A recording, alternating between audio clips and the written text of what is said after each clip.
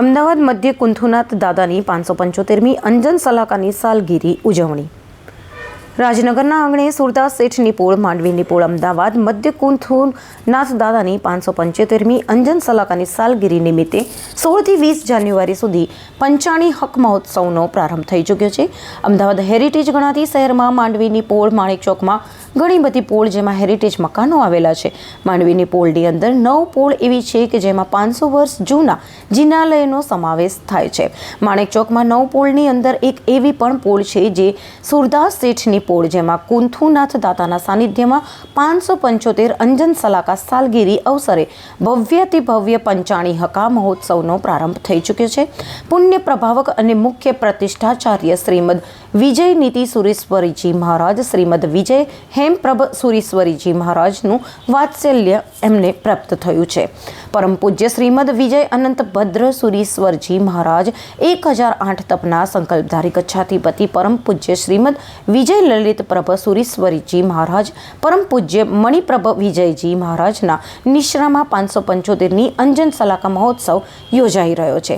વધુમાં જણાવતા આનંદ થાય છે કે સુરદાસ શેઠની પોળમાં વર્ષોથી જે કાર્યો શરૂઆતથી પૂર્ણાહુતિ તરફ લઈ જતા તેવા ટ્રસ્ટીગણ હેમેન્દ્રભાઈ શાહ તેમજ કારોબારી સભ્ય દ્વારા સાલગીરી મહોત્સવ પ્રોગ્રામની માહિતી આપતા જણાવવામાં આવ્યું હતું કે પંચાણી હકા મહોત્સવનો પ્રારંભ 16/1/2026થી 20/1/2026ના દિવસોમાં યોજાઈ રહ્યો છે.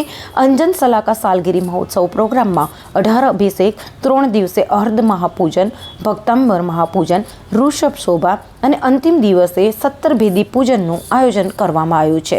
વધુમાં જણાવતા આનંદ થાય છે કે આજના દિવસ એટલે કે 18/1/2026ના રવિવારના દિવસે ટ્રસ્ટીગણે ખાસ પ્રકારનું આયોજન કરેલ છે, જેમાં બહેન જમાઈ ભાણેજના સ્નેહ સંમેલન અને સ્વામી વાત્સલ્ય માટે આમંત્રિત કરેલ છે, જેમાં 800થી વધુ માણસો ઉપસ્થિત રહેશે. દેવર્ષિ દક્ષેશભાઈ શાહ મારું નામ છે. અમે અત્યારે પોળમાં પંચાલિકા મહોત્સવ રાખેલ છે. 5 દિવસ આ મહોત્સવ ચાલશે. એમાં 3 દિવસનું અરહત પૂજન રાખવામાં આવેલું હતું, જેનો આજે 3જો દિવસ છે. કાલે ખૂબ મોટું ભક્તાંબર પૂજન છે, પછી 17 ભેદી પૂજા છે. આજે 900થી 1000 લોકોએ, જે જૂના લોકો અહીંયા રહેતા હતા, બેન ભણેજી અહીંયા રહેતા હતા, એમણે આ પૂજનમાં લાભ લીધો છે, સ્વામી વાત્સલ્યનો લાભ લીધો છે. અને પૂજનનું એક જે મહત્વનો ઉદ્દેશ છે કે વિશ્વનું કલ્યાણ થાય. અને અમારો ઉદ્દેશ એવો છે કે જે જૂના દેરાસરો છે એમાં લોકો આવે, દેરાસરોને દેખે, હેરિટેજ વારસો આપણો જળવાય.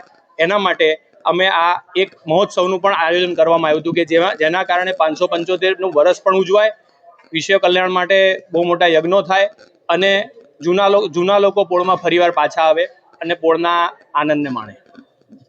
3 દિવસનું જિલ્લા શાસનની અંદર ખૂબ જ મહત્વનું આ મંગલમય અનુષ્ઠાન, જેને અરહદ મહાપૂજન તરીકે કહેવાય છે. આ અરહદ મહાપૂજનની અંદર પરમાત્માની કુસુમાંજલિ, પરમાત્માના અભિષેક, પરમાત્માની વિશેષ પ્રકારે પૂજા કરવામાં આવે છે. બધાની હોવાની ગામ ત્યાં ઉકેલો હોવાનો જ. આપણે જો ઉકેલશું તો અંદર ગંદકી નીકળવાની છે, પણ ઉકેલ આપણે દૂર રાખીએ. સારા સુવાક્યો, સારું કંઈક એવું મૂકો તો મીડિયાનો બી ઉપયોગ થાય. આ મીડિયા એવી ચીજ છે ને કે માણસને સદમાર્ગે લાવવાની તાકાત છે.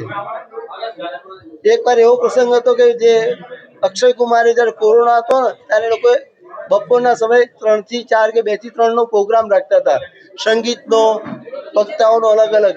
તો અક્ષય કુમારે કીધું કે જ્યારે અમે પિક્ચરમાં કામ કરતા હતા, લોકો અમારાથી કંઈક પ્રેરણા પામતા હતા. ને આજના જે એક્ટરો છે ને, તો લોકોને ફાટેલા કપડાં પહેરતા શીખવાડ્યા. એ કેટલું નીચે ગયું. એટલે આપણા મીડિયાને જેટલું બને ઉચ્ચ લેવલ ઉપર લઈ જાઓ, એ જ અમારી અંતરના ભાવના, એ જ આશીર્વાદ. મોટી ભૂલ છે. બચપણથી મા બાપે જે બાળકોને જે મોબાઈલ હાથમાં પકડાવી જાય છે ને, તો યુવાનો ત્યાં પછી મોબાઈલ છોડતા નથી. એ મોબાઈલનો એટલો ભયંકર પરિણામ આવે છે ને, તો લોકો એનો દુરુપયોગ કરતા થઈ ગયા.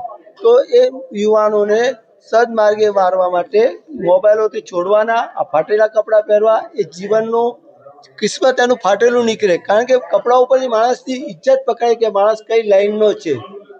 એટલે આ અને ગુટખા અને માવાથી વ્યસનોથી દૂર રાખવા માટે બહુ પ્રયત્ન કરો. આપણે જેમ આપણે દૂર કરશું ને, એ લોકો વધારે આમાં લુપ્ત બનતા જાય છે. પણ સરકાર પણ આ બાબતે મહેનત કરે છે. દરેક ભાઈઓ પણ આપણે જો ખંધે ખંધા મિલાવશું ને, તો આ શરાબ વ્યસન અને બધા વ્યસનો છૂટે એ જ અમારી ધર્મ પ્રત્યે લાગણી અનુભવે એવું શું કરી શકે યંગસ્ટર? એને છે ને મા બાપ હોય, દાદા દાદી હોય, એને રામાયણના પાત્રોના જે આપણા નાના હતા ત્યારે આપણે દાદા દાદી આપણે કથાનક કહેતા હતા, આપણે બધું શીખવાડતા હતા. અત્યારે શું થાય, જ્ઞાન વધ્યું પણ વ્યવહારિક જ્ઞાન નથી. ઇંગ્લિશ ભણી શકશે પણ વાંચી નહીં શકે, એનો અર્થ નહીં કરી શકે. વાંચી શકશે, એનો અર્થ નહીં કરી શકે. આજે ભણતર વધ્યું પણ ગણતર નથી. ભણતરની સાથે ગણતરની બહુ જ આવશ્યકતા છે. એ જ અમારી વિરાજી અન્ય સાધુ સાધ્વી ભગવતોના ચરણોમાં નમન કરીને હૃદયભરી ભાવભરી વંદના કરું છું. આજે સૌપ્રથમ તો અહીંયા 5 દિવસીય જે મહોત્સવ ચાલી રહ્યો છે લુહારની પોલમાં, અહીંયા મને આવવાનો જે 5 દિવસીય મહોત્સવ ચાલી રહ્યો છે અહીંયા આવવાનો મને અવસર મળ્યો અને ગુરુદેવ શ્રીની નિશ્રામાં મારા માટે સૌ ખૂબ જ એમ કહેવાય કે સૌભાગ્યની બાબત છે. મને પણ આજે ભગવાન મંદિરમાં દર્શન કરવાનો અવસર મળ્યો અને સાથે સાથે ગુરુદેવ શ્રીના મુખથી, એમના મુખથી જ્ઞાનની ગંગા જે પ્રવાહિત હોય છે એ મને સાંભળવાનો અવસર મળ્યો. અને જેનાથી કે હમણાં જ વાત થઈ કે સૌએ જીવોનું કલ્યાણ થાય અને વિશ્વનું કલ્યાણ, સૌએ જીવોના આત્મકલ્યાણથી વિશ્વનું કલ્યાણ થાય એવી ભાવના સૌએ જીવોના પ્રતિ હોવી જોઈએ. એની સાથે સાથે કે આપણે જીવનમાં જે સદાચારની ભાવના, જે નેક ભાવના, ને એવું કહેવાય કે હમણાં ત્યાંથી મને પણ અવસર મળ્યો તો હેમલલિતનું ભાતું જે 320 દરરોજ 320 સાધર્ભિકોને આ સેવા, આ આપણા જે હેમલલિતનું ભાતુના જે સમસ્ત સમિતિ છે, સમસ્ત આ યુવાનો છે, આ કળિયુગમાં જે યુવાનો 320 ટિફિન દરરોજ જે જરૂરિયાતમંદ લોકો છે એમને પહોંચાડી રહ્યા છે. એના માટે સૌ પ્રથમ તો આ યુવાનોને ખૂબ ખૂબ અભિનંદન આપું છું. અને સાહેબજીની નિશ્રામાં સાહેબજીના માર્ગદર્શન હેઠળ આ કામગીરી થઈ રહી છે. એના માટે પણ આ જે યુવાનો છે આવી સેવાનું કામ કરી રહ્યા છે આપણા સૌના માટે પ્રેરણા સ્ત્રોત છે. અને આવું માનવ સેવા, સમાજ સેવા જ્યાં જ્યાં જરૂરિયાત હોય છે, આમ તો દરેકે દરેક એમ કહેવાય કે આ સમાજ એક એવો સમાજ છે સાહેબજી કે જેના હૃદયમાં, જેના દિલમાં જે સેવાની ભાવના, પરોપકારની ભાવના ને જેટલું બની શકે બીજાની સહાય કરવી અને જરૂરિયાતોને ઉપયોગી થવું, એ સાહેબજીના માર્ગદર્શન હેઠળ સાહેબજીની શ્રી વાણીની દ્વારા જે લોકોમાં પરિવર્તન આવે ને અમને સાંભળવા મળે, એનાથી અમને જ્ઞાન થાય ને અમે એ પ્રકારે આગળ વધીએ છીએ.